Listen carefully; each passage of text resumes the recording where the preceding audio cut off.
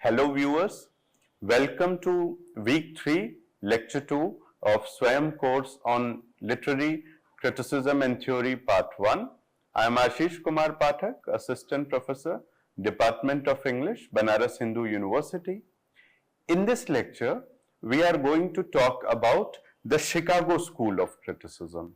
The Chicago School of Criticism was very significant during the 1930s and 40s, and it continued till late 50s and 60s. However, we find that in many of the books, much to our surprise, entries on Chicago critics are missing. For example, if we read Wimsatt and Brooks, A Short History of Literary Criticism, there we find that, there is no mention of Chicago critics. However, if we look at the critical principles of Chicago critics, they are very sound and in many ways they are superior to new critics. There has been a kind of in-house battle between Chicago critics and new critics that we will be discussing in this essay, right? And so if we look at the 20th century, we can say that in 20th century criticism, there has been a radical shift in terms of approach to literature and orientation of literature, right? Literary criticism has been in existence for quite a longer time, but the kind of development that we see in the 20th century, it is quite unparalleled, right? So, if we look at it, literary criticism in the 20th century can be divided into two categories: intrinsic criticism and extrinsic criticism.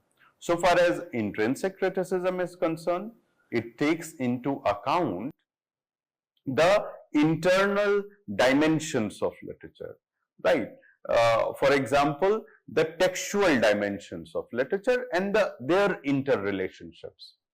So far as extrinsic criticism is concerned, we find that in extrinsic criticism, external dimensions such as biography, history, psychology, sociology, all those things are taken into consideration to analyze a work of art, right? Of the two approaches, we find that so far as formalist criticism is concerned, this intrinsic approach or intrinsic criticism is considered to be more genuine and more authentic than extrinsic criticism. Many times, these formalists, they go on to declare extrinsic criticism as non-literary. So in this way, Ronald Salmon Crane, R.S. Crane, is considered to be the founder of the Chicago School of Criticism. He started teaching at the University of Chicago in 1924, and he was very much influenced by his teacher Richard McKeown, who was an Aristotelian scholar. And these Chicago critics are also called neo-Aristotelians because they derive a lot of principles from Aristotle, and they derive those principles and they apply those principles to various genres of literature. So in this way, they are also called neo-Aristotelians. The other key figures of the Chicago School of Criticism were Norman Maclean, Elder Olson, William Reed Keats, and Bernard Weinberg. Later on, this tradition was carried forward by one of the influential critics like Wayne C. Booth, whose work on fiction is remarkable, right? So far as the function of criticism is concerned, or the definition of a critic is concerned, it is pertinent to look at what Ronald Crane has to say about it. Crane says, "It is not criticism, but psychology when we treat poems or novels as casebooks and attempt to discover in them not the art, but the personality of their authors. It is not criticism, but history or sociology when we read imaginative writing for what they may tell us about the manners or thought or spirit of the age. It is not criticism, but ethical culture when we use them primarily as means of enlarging and enriching our experience of life or of inculcative moral ideals. Criticism is simply the disciplined consideration, at once analytical and evaluative, of literary work as works of art. So, if we look at this long quotation, we find that he says that the business of criticism is confined to the analysis of the work of art. If a critic is trying to explore the psychology of the author, he is on a wrong path. If a critic is trying to understand a work of art in context of the history or biography or sociology, right, so he is also on the wrong track. So, in a way, it becomes very clear that Chicago School of Criticism is very much like a formal school of criticism that New Criticism was. However, there are significant differences between Chicago School of Criticism and New Critics, and we will be talking about the difference in their approaches in detail. Right. So, he goes on to say that, when the focus of a critic shifts from literature to non-literary disciplines, it would be a misnomer to call him a literary critic. So, Crane or Chicago critics, they wants to say that first of all, a critic should root himself in the text of the literature. Once he has rooted himself in the text of the literature, exploring its various dimensions, the interrelationships of various dimensions, after that, a critic may venture into the non-literary data. But primarily, he should be concerned with the intrinsic features of literature. So, here we find that intrinsic criticism is the concern of those who centered their discussion on the text itself, either rigidly or with some allowance. Well, if we look at Chicago critics, we find that, in a way, they can be seen as the culmination of a long tradition which started with T. Hume and passing through Eliot Richards. It has found its most effective manifestation in the New Critics. So, in this way, we find that, Chicago critics are very much formalistic, right, and their approach is formal. However, there are very evident differences between the two schools, right.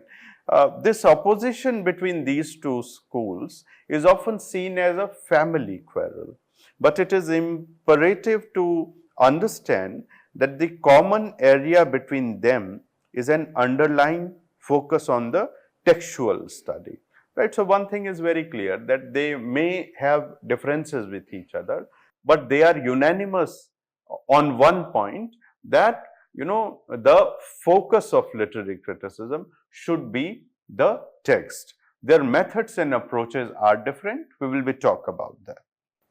So, further the opposition between the New and Chicago critics becomes more glaring as both concentrate on the study of the text. At one place, Elder Olson, says that there was a greater possibility of disagreement between them precisely because they were attempting to deal with the same subject that existed between them and the more remote schools of humanists, new humanists, Freudians and the rest. I mean, what Elson wants to say that because New Critics and Chicago critics, they are focusing on the same area. So, therefore, differences between them, are discernible and they can be paid attention to. Why? Because, there cannot be differences between two groups whose methods and focus of study are different. For example, critics who pay attention to extrinsic data. So naturally, there will be differences evident, right? But they are saying that this family quarrel is something that needs to be taken care of. Primarily, the first point of difference between them, that so far as new critics are concerned, their exclusive concern with language, they are giving priority to language, that language is everything in a text. It is something that opens them to attack from the Chicago critics, right? Whereas the new critics had an exclusive concern with the poetic language, the critics of the Chicago school, under the leadership of R.S. Crane, were disposed to consider language as the least important component of the poem, right? So, for example, if we talk about new critics, we find that for them, language is always at the top. All the principles of criticism that they have evolved, right, whether it is Brooks's irony or paradox, Emerson's ambiguity, right, or Ransom's concept of structure and texture, or Blackmer's concept of gesture, they all are focused on the analysis of language, various devices used, imagery used, and how various relationships of those devices, they constitute the center of literary criticism. But so far as Chicago critics are concerned, for them the form is more important, the matter is more important, and they always try to place language at the bottom. So in this way, R.S. Crane and Elder Olson took serious issues with the critical methodology of Brooks and Emerson. Crane states that for Brooks, there is no principle or analytical basis save the denoted by the word irony or paradox. Right. Similarly, Olson points out that Emerson's method of interpretation is one reducing all poetic considerations to considerations of poetic dictions, and one reducing all discussion of diction even to the problems of ambiguity, right. So in this way, we find that new critics, they become monistic in their approach, that they are already having certain preconceived ideas, critical concepts, and they go to any work of literature, they focus on language, and they find the same critical concepts being there, and they talk about that. So in a way, it has resulted in a kind of dull monism in their critical practice. And against that monism of new critics, these Russian formalists, they offer their critical pluralism, right? So we have already seen that whereas the new critics were preoccupied with the single formulas and were found looking for them in the poems that they examined, the Chicago School of Critics sought to evolve the formula from within the work itself, and so they are free from critical occupations, right. A new critics begins with the paradox or ambiguity, texture or gesture, but a Chicago critics begins with the form in relation to which everything in a work, including language, is explicable, right. So in this way, the critical methodology of the Chicago School of Critics naturally leads them to pluralism, as the form varies from work to work, as against the critical occupation of the new critics, which results in monism, since the nature of paradox or ambiguity, texture or gesture remains all the same in all cases, right. So the problem is that a new critics fails to discriminate among various genres, species and subspecies of literature because of their excessive emphasis on the medium of language. For example, a new critic cannot tell us the difference of impact on the audience among various kinds of poems. For example, in what way the Iliad is different from the Wasteland so far as its impact on the mind of reader is concerned, right? Do the two poems provide the same kind of aesthetic pleasure or different, right? So a new critic does not distinguish, among these things, whether a tragedy has the same impact on the mind of the reader as a lyric. Does a comedy, give the same impression or same aesthetic pleasure as an epic poem gives, So they are unable to answer these questions. In this way, Chicago critics are very important and their approach becomes very significant, and their approach has an upper hand over the monistic approach of the new critics, right? So here we find, and in this way, the Chicago critics, they find that each work deserves a different kind of approach because each work gives a different kind of aesthetic pleasure, right? So in this way, we find that how the starting point of Chicago critics is not the language of a work of art, it is the form of a work of art. And when they start with the form, so this form is subject to variation from work to work, and in this way their approach becomes pluralistic, right? So the Chicago critics believe that different poems call for different treatments in view of their emotional effect. For example, they say that Wordsworth's Solitary Reaper produces a different kind of impact.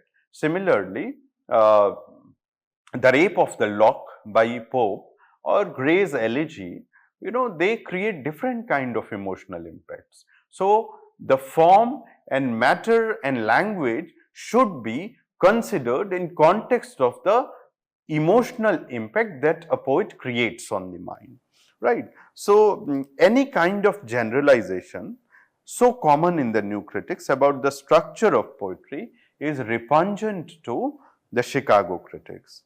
So the Chicago critics look upon a work of literature as a concrete whole embodying a certain form in a certain material. So we can say that the approach of the new critics towards a work of art is a priori approach.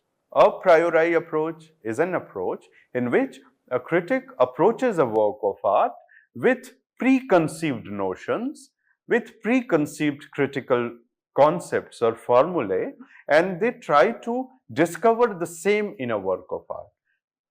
Against that, there is this a posteriori approach of the Chicago critics in which they do not approach a work of art with any preconceived notion. First of all, they analyze a work of art in context of the form and emotional appeal it has, and in that way, they discover certain principles or concepts which are peculiar to that work of art, and in this way this approach is called a posteriori. So that is a significant difference between the new critics and the Chicago critics. Literature is a concrete whole embodying a certain form in a certain material, and for the new critics, the fundamental thing is the form, which can be abstracted from the material only for discussion and evaluation.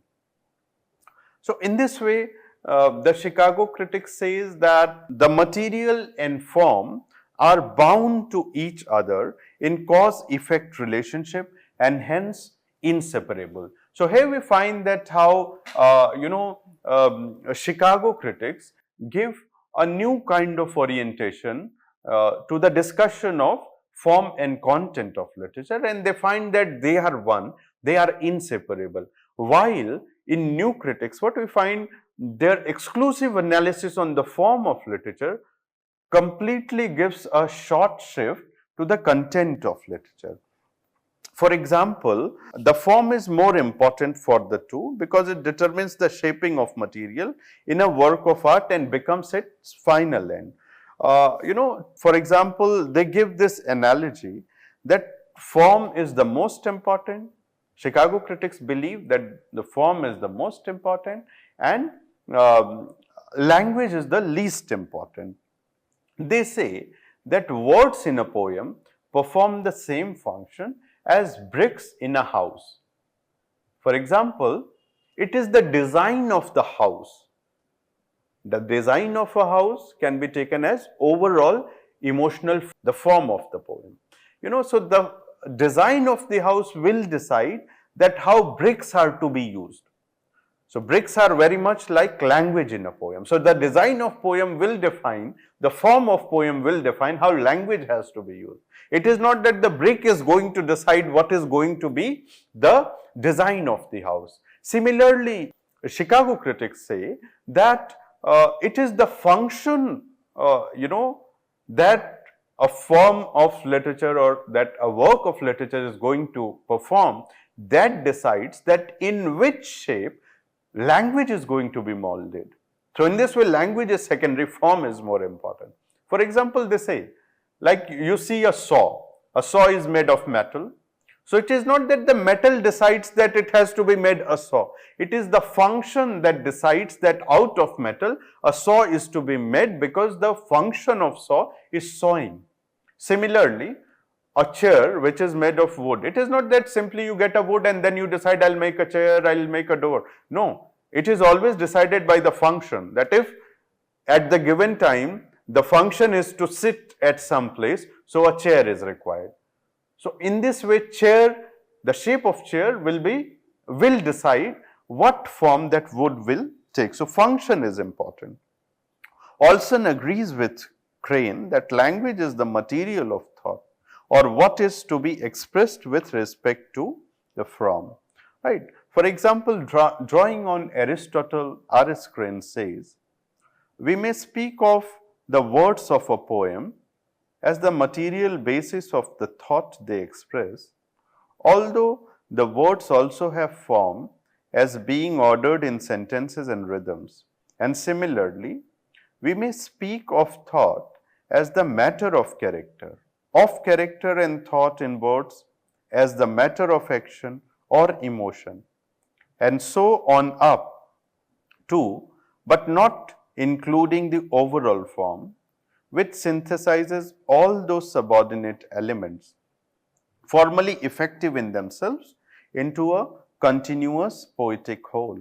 The technique of languages are discussed as last of the elements that go into the making of any poetry. For example, Olson has in detail analyzed the poetry of Dylan Thomas. So, in this way, in all these critical works, the Chicago critics believe that form decides action, character, thought, diction.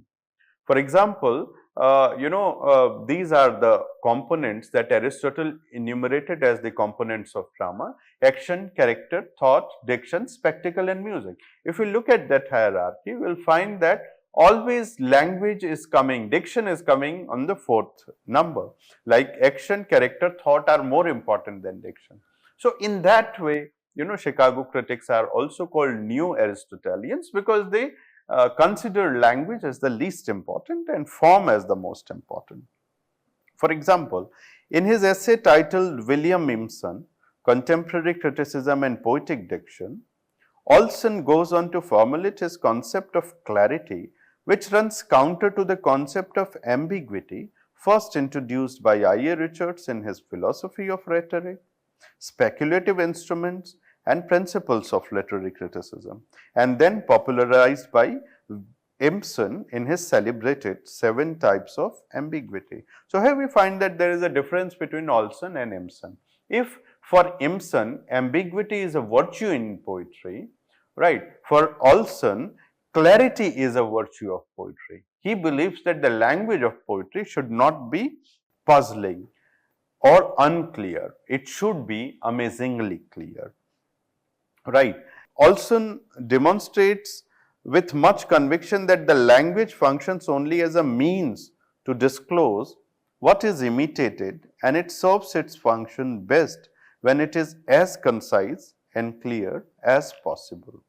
Right. So, in this way we find that there are significant differences between Chicago critics and new critics. And for Olson, for example, as Emerson has talked about 7 kinds of ambiguities, Olson talks about 3 points on which depends the clarity of language in literature: the word, the syntactical arrangement, and the relations of sentences. Further, another important point that we find, point of difference between the new critics and the Chicago critics, that the Chicago critics believe that this twofold division of language into referential and emotive made by Richards and followed by new critics is useless. They say that there is no basic division between the emotive language and referential language. They say that it is the function of language that it is going to perform. It decides whether the language is going to be used in an emotive mode or in a referential mode. Otherwise, basically, in itself, there is no division of referential and emotive, as new critics have emphasized, right? The other thing that is of critical pluralism of Chicago critics.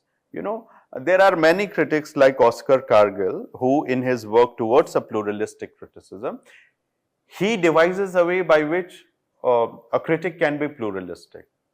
He says that in a work of art, we can use all approaches. We can use biographical approach, sociological approach, psychological approach, and historical approach. In this way, it will result in a kind of pluralism. However, Chicago critics disagree with that. They say that that is not critical pluralism.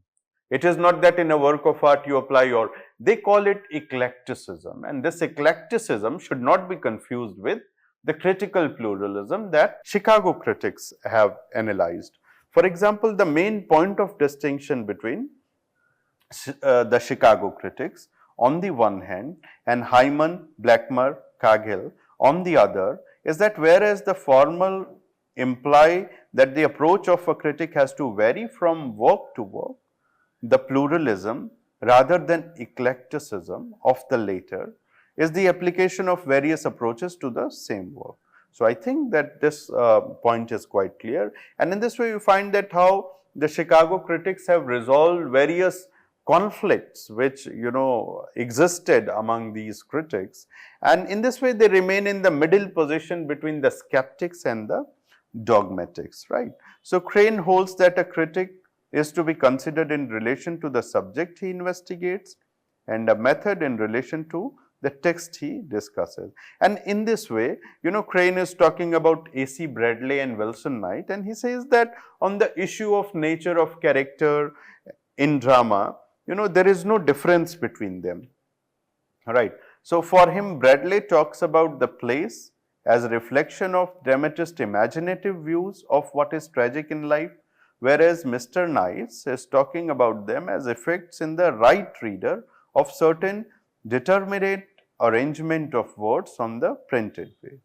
So, similarly, Crane also finds variation of the subject matter between Longinus and Coleridge, Plato and Aristotle and others, right. They also, to make this point clear, they also repudiate the charge that in a way Aristotle was answering the questions that Plato raised about literature, especially the issue of imitation. They say that it is not that Aristotle is answering. Plato and Aristotle, they may be talking about the same idea, but it is not that Plato had his own opinions about imitation. Aristotle has his own opinions about imitation. So, we cannot say that the difference is there and therefore one is answering the observations or objections of the other, right. So, that is what they say. For example, imitation takes on different meanings in the two philosophers, consequent upon the divergence in subject matter. It is not fair to Plato to say that Aristotle refuted his condemnation of poetry in the Republic, right. In this way, I come to the end of this lecture, and we have been able to understand who Chicago critics were, what were their basic principles, and primarily in what way they were different from new critics in their formalistic approach to literature. So, in the next lecture, we will be talking more about the critical approaches of the Chicago critics. Thank you.